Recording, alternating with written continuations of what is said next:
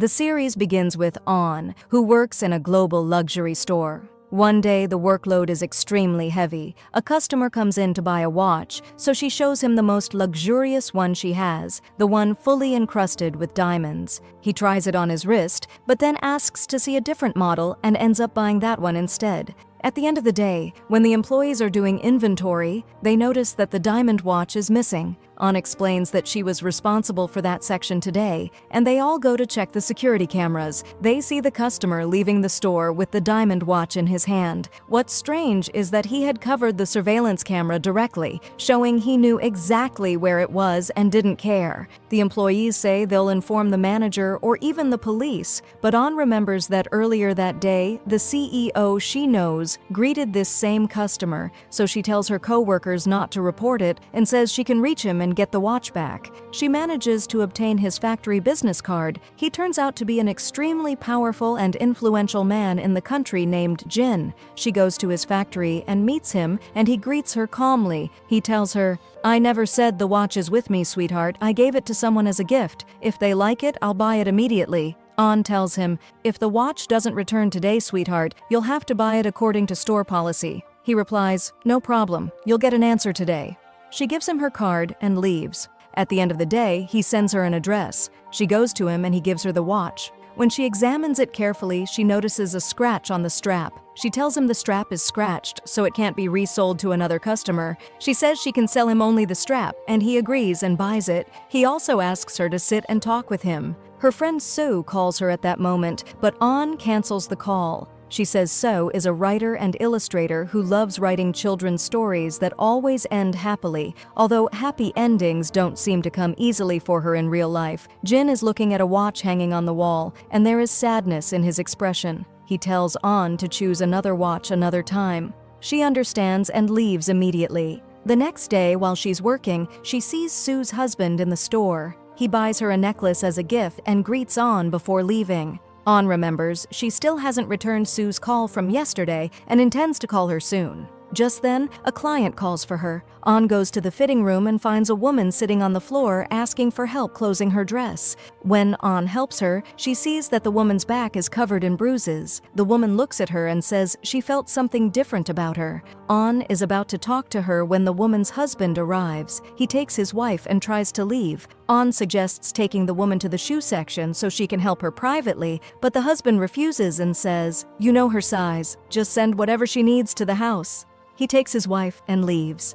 The woman looks at An in a way that silently asks for help, but An is unable to do anything. An then meets her manager, who tells her that the woman's husband left gifts worth $500,000 for her, saying, "This is for how you helped my wife today." She is shocked because she didn't really do anything. She finishes her shift and goes to her training, but she is mentally distracted and keeps thinking, "So he paid me in exchange for my silence?" Honestly, that helped me understand. Pretending to be stupid is sometimes useful. She becomes upset with herself. When she goes to the locker room to change her clothes, she struggles to open her locker. It's clear she has unpleasant memories from childhood. She finds a message from her brother reminding her that tomorrow is their mother's birthday. She goes home and calls her. The next day, she goes to her parents' house to celebrate. They all sit and eat together, her mother, her father, her brother, and her. In the middle of eating, her father asks for the cake. Her mother tells him it's too early because they are still eating lunch. He gets angry and speaks to her harshly. An notices everything. After they finish, they celebrate the birthday. Later, An goes to her room, but she hears raised voices. She goes out and hears them fighting and the sound of hitting. She rushes into their room, shouting at her father, asking if he's still beating her mother, and telling him he knows her mother once attempted suicide because of him. She remembers when she was still a student and came home one day to find her mother trying to harm herself. The next day, she took her father in her car under the pretense of driving him to work, but instead brought him to the police station. She told him he needed to turn himself in and confess everything he has done. Then she left him there and walked away. While walking, she remembers being in school and how her friends would play near the windows, but she has trauma about windows. She would rush to them and close all of them tightly. Her friends were confused, but Sue understood her and always calmed her down. An remembers she still hasn't spoken to Sue, so she goes to her house and leaves her a message saying she came to see her. She rings the doorbell but gets no answer. Then she finds a package delivered to Sue's door. She is about to leave when she sees Sue open the door, take the package, and shut the door immediately. On runs to her and rings again. She hears Sue's phone ringing inside. She asks why she's not answering and why she's avoiding her. Sue speaks through the door and says, "Please leave now. I'll talk to you later." But then Sue's mother opens the door and freezes when she sees On. In that moment, all of On's childhood memories flash in her mind, her parents' fights, hiding with her younger brother in the wardrobe, the fear, the shouting. On leaves and goes to a cafe. She sits alone, drinking, lost in her thoughts, remembering Sue, remembering their friendship, and remembering the days of Sue's marriage. When she wakes up, she finds herself in Jin's office. He tells her, "I called you to come replace the watch strap. The cafe owner told me I should come pick you up myself because you were making a scene and had fainted." He looks at her and asks, "Did someone hit you, or were you hallucinating all night?" She answers, "What would you do if you found out someone close to you was being abused?"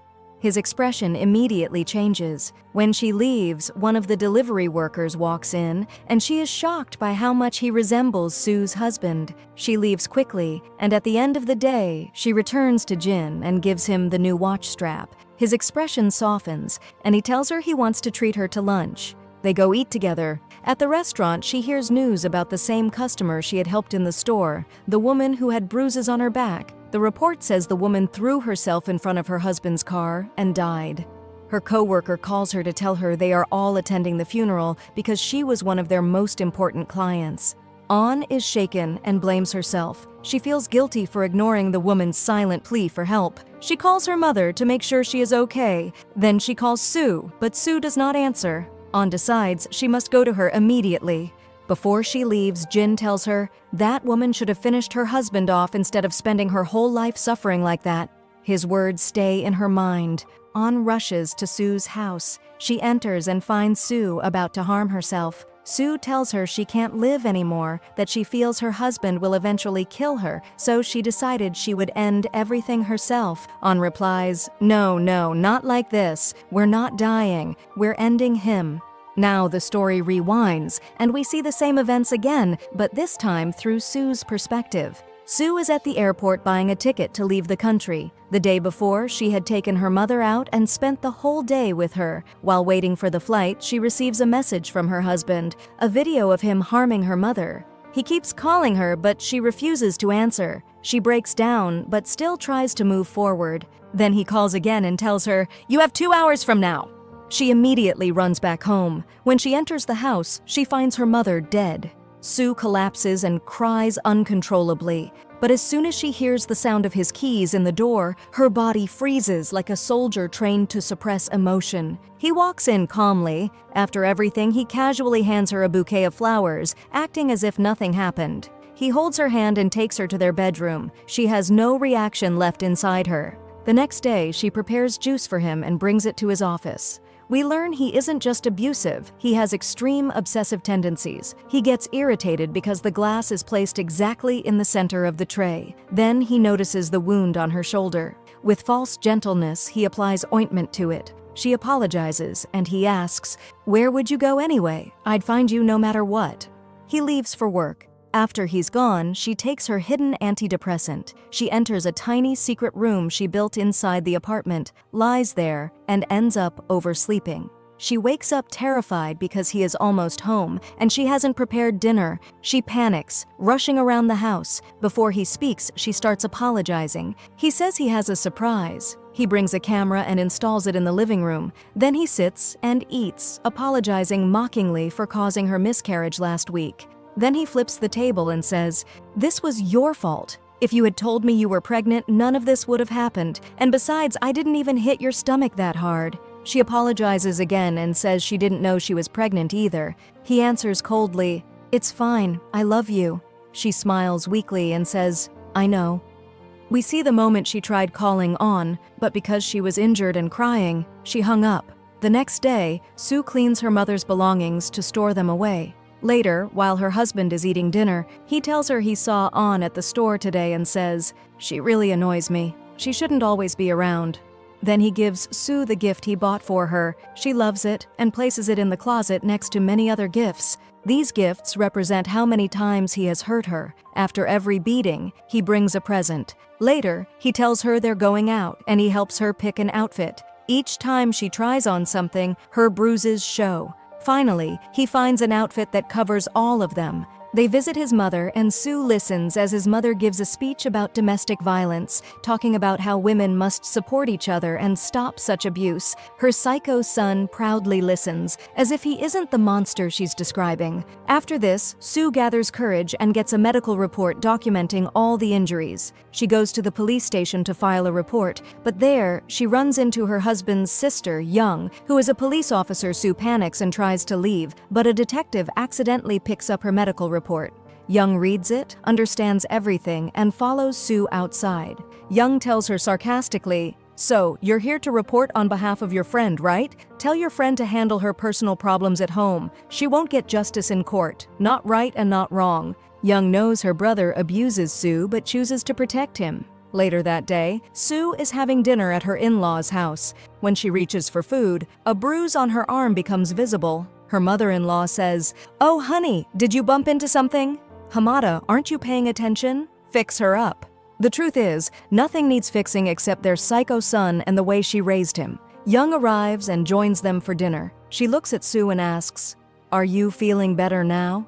Her brother is confused by the question. When they return home, he interrogates Sue. She manages to calm him down and tells him she's going out to buy juice. He tells her not to be late. When he opens the fridge, he sees the bottles aren't lined up perfectly. He hits her again. The next day, she prepares his juice again. He's irritated because his stock investments are falling. After he leaves for work, she receives a call from On, but she decides not to answer because of the bruises covering her face. After that, Sue receives a message saying her package has arrived. When she goes outside to get it, she finds On still there. On forces her way inside and takes Sue into her secret room because of the cameras inside the apartment. Sue insists nothing happened. She only fell, and that's how she got injured. And then she sends On away because her husband texted saying he'll come home early. Sue tells On, "Please just help me heal fast." When her husband returns, he's irritated and not in the mood for beating that night. He simply falls asleep immediately. A gentle night, like he's taking a diet break from violence.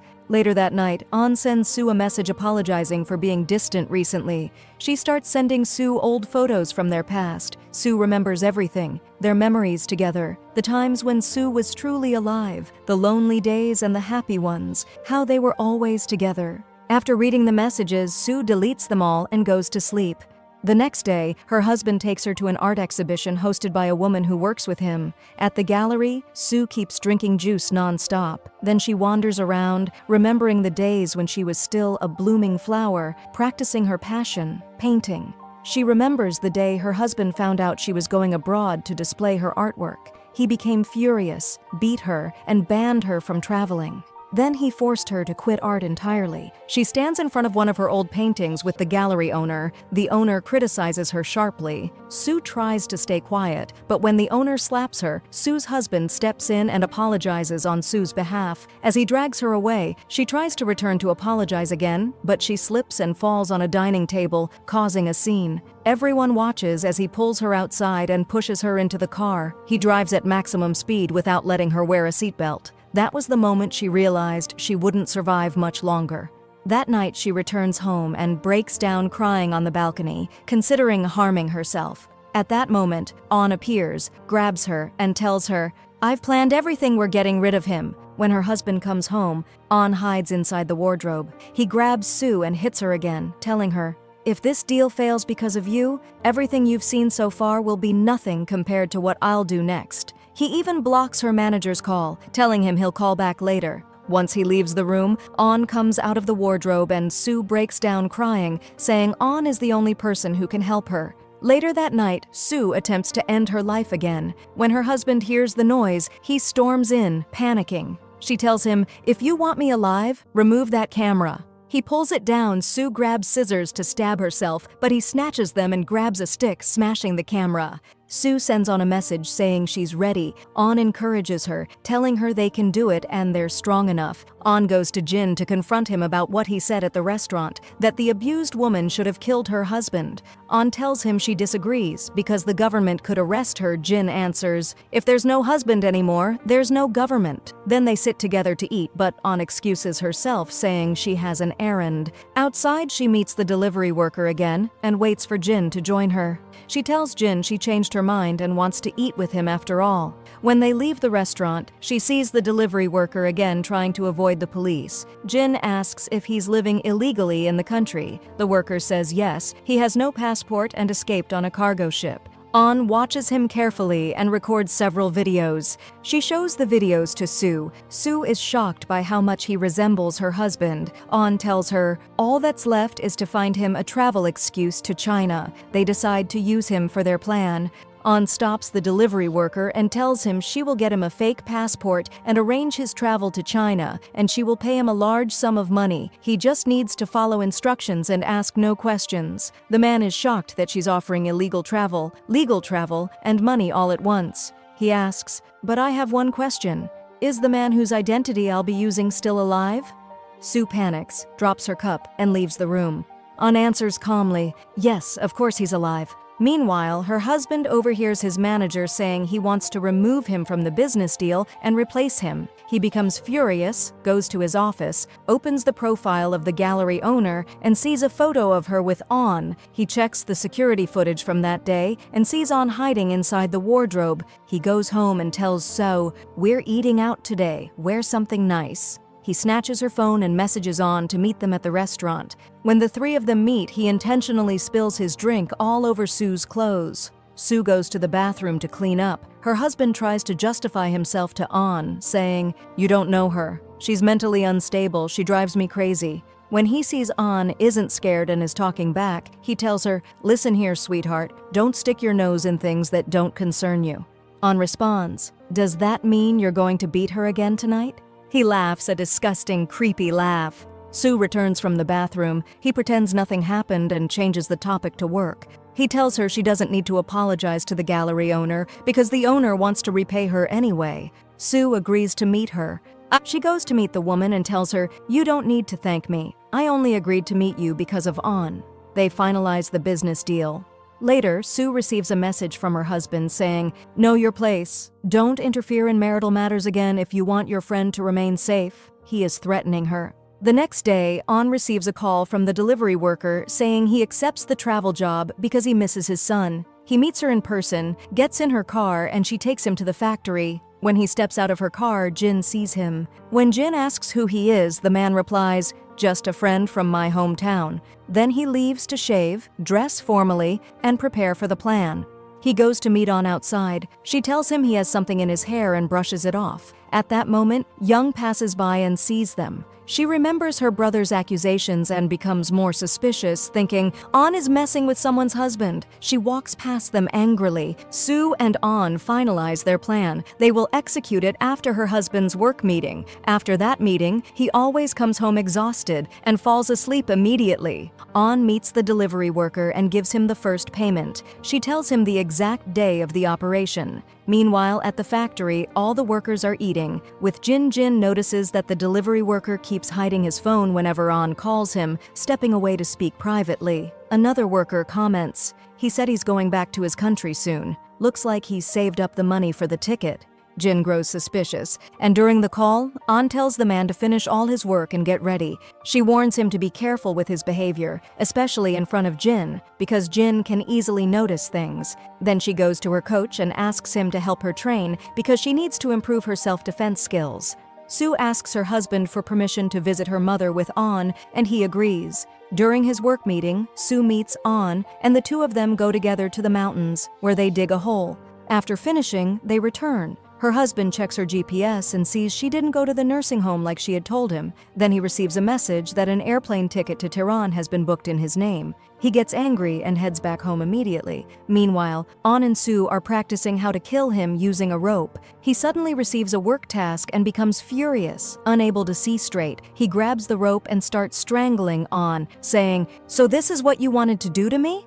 But Sue comes up behind him and hits him on the head with the gift he bought her at the beginning of their marriage. Sue loses control and doesn't stop hitting him until her face is covered in red. She looks at On, and On reassures her that their plan is still the same and that everything is under control. They gently stuff his body into a suitcase, carefully because the suitcase is expensive. They leave him inside the wardrobe to cook until he settles. Later, they take him out and clean the crime scene. Sue washes the object she used to hit him with, feeling emotional. She sees the date engraved on it, the date of the mistake that destroyed her life. Then she washes the clothes again. When she comes out, the house is soaked in air freshener. She sits and continues scrubbing, unable to stop rubbing her hands from stress. At that moment, the delivery worker arrives. On lets him in and tells him to dress nicely and prepare himself. Before he leaves, she gives him a watch strap from the deceased and then hands him the suitcase containing the deceased himself. He carries it out, surprised by how heavy it is. At the same time, Young happens to pass under her brother's building. She goes up and Sue opens the door. Young asks if she can just use the bathroom. After she finishes, she wipes the mirror with a tissue and notices a red stain. She wonders when she injured herself. As she leaves, Sue's tension is obvious. Young steps on a piece of glass on the floor. She picks it up and says, "This must be part of the antique set." She notices it's broken and looks at the wall, saying, "Weren't there decorative plates here? Did they fall or what?" She is confused by all the little details, the broken items, the missing decorations, but strangely is not confused by the bruises covering Sue's face. Meanwhile, On meets the delivery worker and tells him to put the suitcase he carried in the car trunk next to another identical suitcase. She drives him to the airport. At that time, Young sends a voice message to her brother, which ends up in On's hand. She tells him that the police are conducting a small investigation and to behave carefully. She remembers seeing him with On and thinks he was cheating on Sue. She sends another message warning him to straighten up, especially in his personal life. On sees the messages and deletes them. She contacts the delivery worker and tells him, "Once you arrive, send me pictures of the souvenirs." She gives him a second phone and throws away the first one as he enters the plane. On calls Sue to reassure her and tell her he has departed. Sue begins removing every trace of her husband from the apartment. She throws his belongings away and even breaks the music device he used to play whenever he beat her. She collapses, crying. On makes sure the deceased is safely secured in the car trunk and drives away. On the road, a police car drives beside her, but she stays calm. She picks up Sue, and on their way, they accidentally hit a gazelle. Of course, just what they needed. They clean the car and continue to the mountains. To the hole they dug earlier, they bury the suitcase. Then, they drive to an empty area. Sue throws away the object she used to kill him with, releasing all her pent-up rage. They return to the car and drive to the beach. On goes to buy fireworks, and they light them together, celebrating the night as if it were a holiday. They enter a restaurant, eat together, and for the first time, it feels like their lives are beginning. Later, they sleep in the car. In the morning, they check their phones. On finds a message from the delivery worker, a picture of him with his wife and son, telling her he arrived safely in China. They head back. While waiting at a traffic light, a traffic officer notices blood on the front of On's car. He asks her about it. She tells him she hit a gazelle while visiting her grandmother's grave. He says, "Very convincing. Open the trunk." On panics because she thinks he'll see the shovel and the tools they used for the burial. But when she opens it, the trunk is empty. He tells her to go. They go to Sue's place. Sue goes up to her apartment and starts doing everything she always wanted to do. She turns on the TV and eats in peace.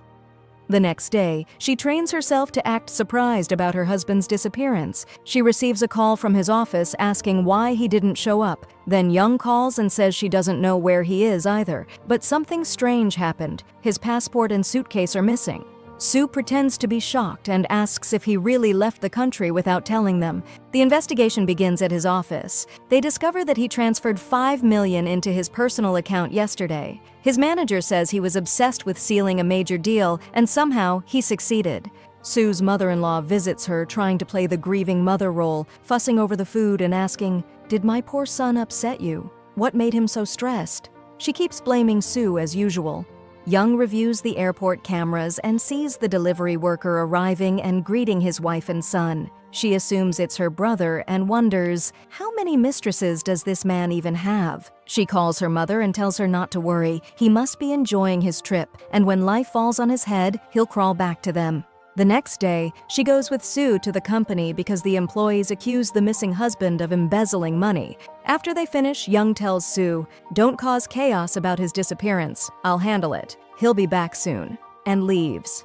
Young calls On and tells her everything is done. On goes to a shop for a fitting. The store owner tells her she looks beautiful today, even though she sees the bruises on her body. Her face is glowing, as if she has been freed. On meets Sue, and they go out together, eat, and enjoy their time. At the end of the day, On sits looking through the pictures.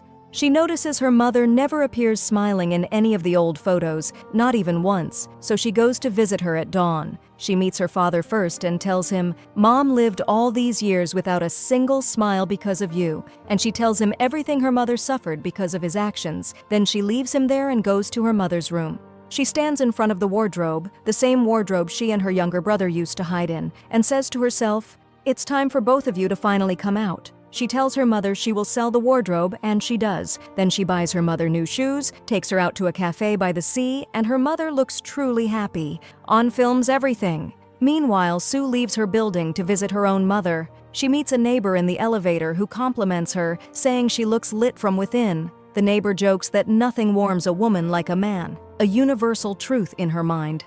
Sue spends the day with her mother, puts ointment on her mother's injured hand, and when her mother accidentally touches Sue's old wound, Sue says, "Don't worry, it doesn't hurt anymore." Those words are incredibly deep. Only someone who lived it would understand. Sue returns home and eats with her mother-in-law. Her mother-in-law notices Sue constantly checking the time and trembling. Sue tells her she always feels like he might walk in at any second. Her mother-in-law urges her to go back to work, but Sue says she wants to try something new, something completely different. Jin crosses her mind, so she goes to him, gives him her CV, and asks him for a job. After a few questions, he finds her a position and hires her. The next morning, she dresses nicely, even puts on lipstick. Meanwhile, On is in a meeting when she receives a call from the police. They inform her they're opening an investigation into the woman who threw herself in front of her husband's car. They want her testimony to determine whether the husband was involved. Her boss immediately tells her, "Listen, you didn't see anything and you didn't hear anything. We don't want to lose that businessman. He funds this company." That night, On is heading home when the businessman's assistant stops her and gives her a gift from the boss, insisting she accept it. She decides to return it, but when she steps outside to give it back, everything falls to the ground. At the factory, Sue is arranging inventory when Jin walks in. He notices the bruises on her body and freezes for a moment. He tells her she can go home. It's getting late. On arrives and tells him, "We're going to get lunch. Come with us." The three of them go to the restaurant. Sue is clearly uncomfortable. Suddenly, the businessman walks in. Sue rushes to the bathroom, but he follows her with his bodyguard standing outside. She tells him, "Whatever happens, I'm telling the police the truth." He lunges at her, saying, "This will be your second mistake, and the one you'll regret." They struggle. Jin hears the commotion, storms in, beats the man, and takes both Sue and On away. On explains everything that happened and says she intends to tell the truth. Sue starts crying, saying, "Your life is already ruined and now I came to ruin mine too." Jin says, "All right, enough mourning, let's roll the dice." He plays with his dice. The sound calms him. He hands them to Sue. She throws them and he notices she has the same light hands he does. Later, Sue goes to organize the warehouse. Jin tells On that the delivery worker suddenly resigned. He hopes Sue won't do the same. On panics and says she'll go get him some water. As she walks past, she notices the clock on the wall is crooked. She reaches out to fix it, but Jin snaps at her loudly, "Don't touch it." Sue comes running. Jin tells her, "That clock shows the exact date and time my son died." On and Sue stand shocked. On quietly says, "I also remember the exact date and time of my own child's death." On didn't get her promotion because she testified against the businessman, and the case went in a completely different direction. Sue is out shopping and returns home mentally exhausted. She keeps seeing flashes of the night they carried out their plan. The haunting memories don't leave her. She also sees visions of what they did to him. She goes to the grocery store, calls On to check on her, then returns home. As she enters, she hears the sound of her apartment lock opening. Terrified, she approaches. It's the delivery worker, the one who is supposed to be in China under her husband's identity. At first, she pretends she doesn't know him. She threatens to call the police. He laughs and says, "And tell them what? That your dead husband came back to life? I'm the one wearing his identity." He holds her husband's phone. He found it at the airport, picked it up, and reset it. He walks around her house and enters her husband's room. He sits in front of the safe and says, "Open it." She tells him she doesn't know the code, and she truly doesn't. He tells her, "Fine, we'll stay here until it opens. 3 million is the price of my silence. Otherwise, I report your friend to the police." She panics and tells him, "On has nothing to do with this." Her phone rings. It's her mother-in-law saying, "Weren't you supposed to sleep over tonight?" He says, "Perfect, a nice little family meeting." So asks, "Don't you want the money?" He says, "Forget it, I'll go talk to her myself." Sue warns him, "She'll get suspicious. She might call the police." He quickly puts on her husband's clothes and leaves. Downstairs, he runs into building security. The guard says, "So you're back? Your mother told me to inform her the moment I see you." The delivery man says, "Yeah, come with me to get something from my car." They head to the garage. Sue follows them secretly. When he pulls a weapon from his car, Sue realizes he killed the guard. She tells him to leave immediately because of the surveillance cameras. She runs back to her apartment, shaking. She gathers all her jewelry and the gifts he used to buy her. No one understands what pushed her to do it. The next day, the delivery worker calls her but says her phone is off. When she calls back, he answers and tells her he wants 3 billion in 5 days. He says he forgot the deal, joking, "I don't eat fish often," meaning he doesn't care about promises. Sue calls On, but On's phone is also off. She goes to Sue's building and finds police and neighbors gathered. There's been a serious incident. They refuse to let her in. She asks someone, "Is the victim a man or a woman?" They tell her the victim is the building security guard. When she finally manages to reach Sue's floor, she finds the apartment password has been changed. She calls Jin and asks if he knows the delivery worker's address. He says no, and his suspicion grows. Meanwhile, Sue is at a jewelry shop selling her things. She receives a call from the delivery worker. She tells him she managed to open the safe. Sue then goes to her mother-in-law, Young, at the police station and tells her to investigate the guard's murder because he was suspicious of So, and now he's dead. Young gets angry, knowing her brother's history well, and scolds Sue. When Sue returns home, she finds On waiting inside. On tells her, "I handled the money. The delivery man won't bother us anymore." On explains to her that the delivery guy might come back again. She tells her, "Wait, I'll find a way to deal with him." But Sue stops her and says this is more dangerous than they ever imagined. At the police station, the investigator gives the security guard's notebook to Young. Young rips out every page where he wrote about Sue. When she reviews the surveillance footage, she sees her brother on the screen. She also sees So she deletes the part where her brother appears. The delivery man goes to On at her store. She looks at him and says, "So you're the psycho? If you want the money, follow me." They go outside and he threatens her, saying he knows where the husband is because of the tracking app he used to spy on his wife's phone. Then he goes to his mother's workplace and makes sure she notices him. After that, he texts her from the dead husband's phone, saying he's being watched, needs money, and can't talk. She gives him the money. He texts her again, telling her not to tell anyone she saw him. Jin receives a call from a nightclub. When he arrives, he finds the delivery man there. The waiter tells Jin they called him because they know this guy works for him and he started causing trouble in the club. Jin takes money from his pocket and pays for the damage. Later, as the delivery man gathers his stuff to leave, Jin notices he has 2 phones. He opens one and finds all of Sue's photos on it, her face and body covered in bruises. In the other room, Jin's assistant tells him the delivery guy bragged about exploiting 2 women, blackmailing them, and draining them of money. Jin storms back in while the man is talking and beats him, then leaves him there. Jin calls Sue to check on her and to ask if there's a problem, but she answers first, "No, everything's fine," and hangs up quickly. She is sitting there trying different passwords to open the safe. Meanwhile, Jin sits alone, replaying everything and connecting the dots. He finally understands what they did and whispers to himself, "All this because of a couple of words I said." Later, he sits with On and Sue. Sue tells him the delivery man still doesn't know where the body is, but he's close to figuring it out.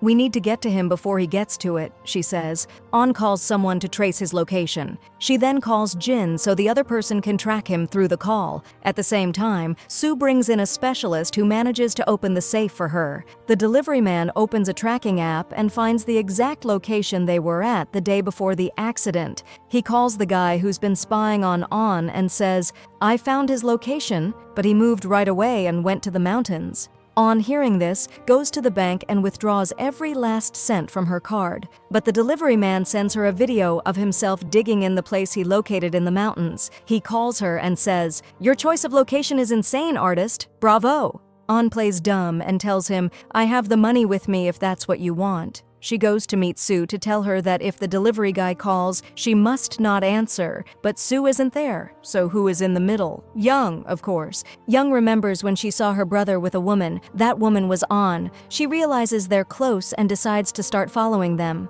On meets the delivery man. He gets into her car. Young follows behind them. On shows him the money and tells him, "The road is still long." The investigator from the police station calls Young and tells her that her brother's wife appeared in the security footage from the security guard's case. Young replies, "Sorry, I'm busy right now. We'll talk later," and hangs up. She's on edge because her promotion is in 2 days. Then her mother calls and tells her, "Your brother was here. Go find him. My heart is aching from the message he sent me." She has her mother forward the message. When Young compares the writing style to her brother's, she realizes it's not him. Meanwhile, in the car, the delivery man wakes up groggy and realizes she's driven him all the way to the Libyan border. He asks, "Where are we?" She doesn't answer. He attacks her, and the car veers off. She tries to stop him from getting out, so he presses a weapon against her neck and escapes. He climbs up to the road and finds Young standing right in front of him. What a coincidence. He climbs into her car and says, "Give me a ride, please." She lets him in and doesn't recognize him. She starts to suspect more strongly that this is not her brother. Her phone keeps ringing. It's the investigator again, and the delivery man sees her caller ID. Then he spots the police badge on the dashboard and realizes what he's stuck in. He tries to open the car door, but she slams the brakes hard and tells him, "You walk straight into the trap. Now tell me who you really are." He hits her and runs. She chases him, catches him, grabs his phone, and finds all his calls with Sue. Sue is calling On, but On doesn't answer. She remembers On telling her, "Don't talk to the delivery guy, I'll handle it," and starts to panic. She calls again. This time Young has the man with her in the car and answers On's phone herself. Sue hears Young say his name and instantly hangs up. Then Jin calls Sue and tells her, "Come to the warehouse. On will come after you." We see that Jin's assistant has been following Young, and he picked up On in his car and brought her back. Young plays back the security footage from the day her brother disappeared. She realizes from the beginning that it wasn't him in the videos, it was the delivery man who has a tattoo on his back. She notices the suitcase he carried when leaving the apartment isn't the same as the one at the airport. The one at the airport was much lighter. She opens her brother's phone, which was with the delivery man, and sees that On is actually So's friend, and she had attended the funeral too. When she flips through the photos, she sees So's bruises all over her body and realizes Sue is the one who killed her brother. She confirms the mountain location from the video the delivery man took at the factory. Later, On and Sue sit in front of Jin getting scolded. He tells them he will help them. He calls his assistant, who tells him he saw a car behind them earlier. Then turning into a side road, he sends Jin the plate numbers. It's Young's car. Young, meanwhile, has the delivery man stuffed in her trunk. She drives him into a garage, takes his phone, and asks if he has any backup copies. He laughs bitterly and says he doesn't care whether her brother is alive or dead. All that matters is that money loves him. She forces pills into his mouth and leaves him there. Then she goes back upstairs. Her mother asks, "Did you find your brother yet?" Young lies, "I'm still looking, I swear." On the other side, Jin gets the car's details and owner. Sue tells him it belongs to Young, her husband's sister. Jin says, "I know. Your smartest problem is also your smartest enemy. If she's following you and tracking you, then she already knows everything." The next day, Young is in the chief's office discussing her promotion. The chief warns her that one mistake is enough to destroy her entire career. Young leaves, goes straight to her brother's apartment, and searches every corner. She remembers how the place looked the day after the accident. Then she goes to On's store and asks her about her brother. The clerk tells her, "I've never seen a man love his wife the way he did." On sees Young and comes over, asking another worker to bring some paperwork. On tells Young, "A husband's love is not measured by expensive gifts, you know. Looks to me like you just want to cover up his crimes." Young gets a call and leaves. On then warns Sue that Young might come to her apartment. Sue rushes home to hide everything. She finds a package she had left sealed. Now it's open. She realizes Young has already been there. She collapses and hits her head. Later, her mother-in-law arrives. When she sees Sue's head injured, she says, "My son did that to her?" Sue explodes and says, "Oh, now you act shocked. You knew what your son was doing to me." The mother-in-law, all gentle and fake compassion, replies, "This isn't the time for complaints. He contacted me asking for money. If you see him, send him to me. I'll take care of him." Jin's assistant is watching Young and calls Jin, telling him she probably has the delivery man in her car. Young goes to visit Sue's mother-in-law at home, then says she needs to take a call. She goes down to the garage, opens the trunk, and finds the delivery man still there. She breaks the lock, drags him into her own car, and drives off. Jin follows her. At that moment, Young is sitting with the investigator, acting like the poor, innocent victim. She says, "My brother's wife. Her drama never ends. Can you imagine she actually wanted to file a police report against my brother, claiming he was hitting her? My brother? The innocent dove with angel wings? As if he could ever do such a thing." Then she receives a call and rushes home, only to find the delivery man gone. We see Jin stopping On and scolding her for what happened. They lock the delivery man inside a storage room. Their mistake, however, is leaving Jin's clueless assistant to guard him. When the delivery man wakes up, he starts rolling on the floor, pretending to be dying, begging for water. The assistant feels sorry for him and goes to bring him some.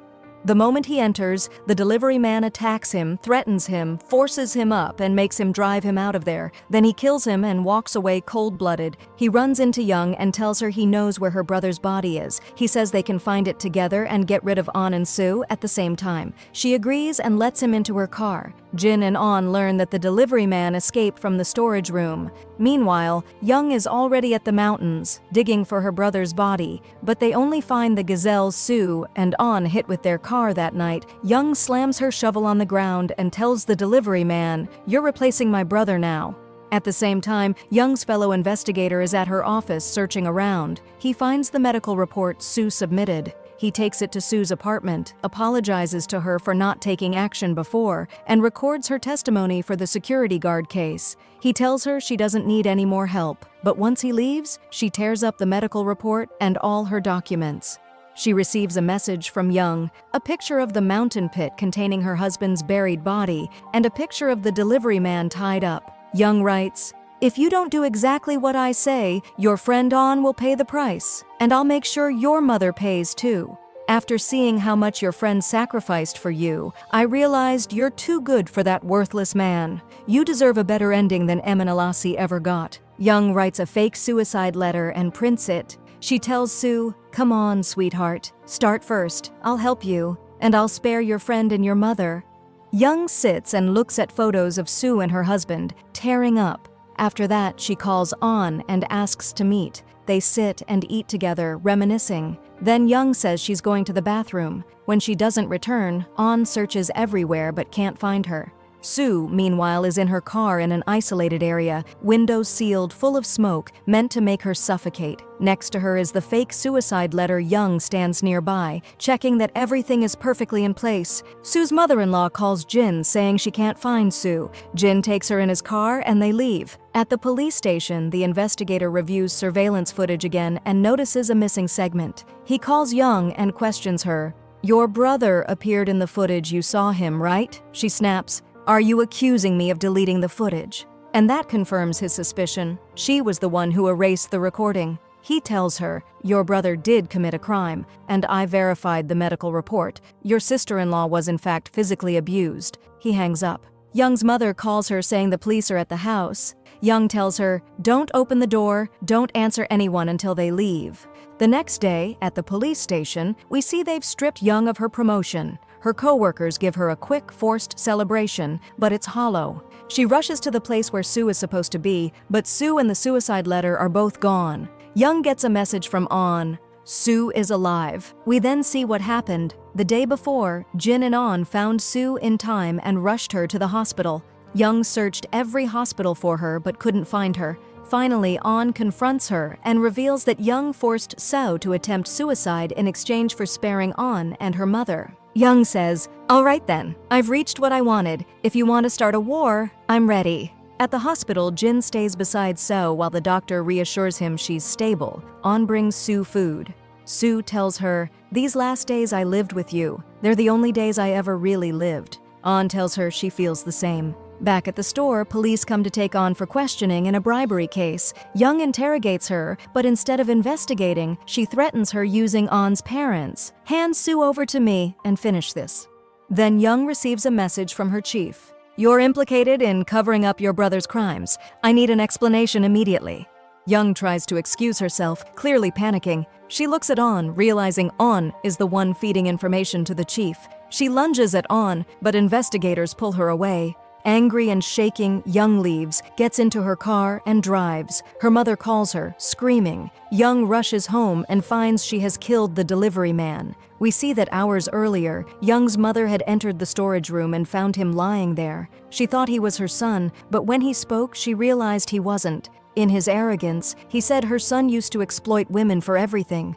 The mother snapped. She hit him repeatedly until he died. She called Young for help. Young lifts the delivery man's body, this time her mother is the killer, puts him in the trunk. Jin receives a call from his assistant with updates about Young. Jin tells him to follow her. He tells An that Sue should stay put while he and An go after Young. An begs him to let her go instead. He reluctantly gives her the car keys and tells his assistant to protect her. Jin goes to get Sue, and the chase begins. Jin's assistant blocks Young's car while An comes from behind and floors the accelerator. Sue, meanwhile, is at the police station, confessing to killing her husband. The scene cuts back to An smashing Young's car, the trunk popping open, the corpse spilling out in front of everyone, and the cameras catching everything. Sue completes her testimony, confessing everything, including Young's involvement. The case goes public and reaches the chief and investigators immediately. An is interrogated and confesses everything she did. Young and her mother are arrested, dragged out under a storm of angry people shouting at them. In court, Sue reveals everything she lived through with her abusive husband. She says, "If I hadn't done what I did, my suffering would have continued until today. And even if I must pay any price for my mistake, I accept it." An speaks too, saying she spent her whole life hiding from what was happening to her mother. Nothing ever changed, so she vowed never to turn her back on anyone hurting her or her loved ones again. The sentences are delivered. During Sue's prison sentence, her mother visits. She tells her she finally left her husband, Sue's father, and moved into a nursing home. She says she should have done it long ago but caused everyone emotional pain by staying. An apologizes and says, "Every time you came back, you only came back because of me. I thought I needed a father. I didn't understand." She thanks her mother for everything. Later, we see An with Jin after her sentence is resolved. They go to pick up Sue on her release day. Jin jokes about needing to deliver merchandise. The three of them then travel together to China and start a new life and work there. They are happy. Sue returns to painting again. The lesson is simple. There is always light at the end of every tunnel, even if the ones working there are as crazy as the ones in this story. If you come to the end, don't forget to subscribe to the channel and like the video. Thanks for watching.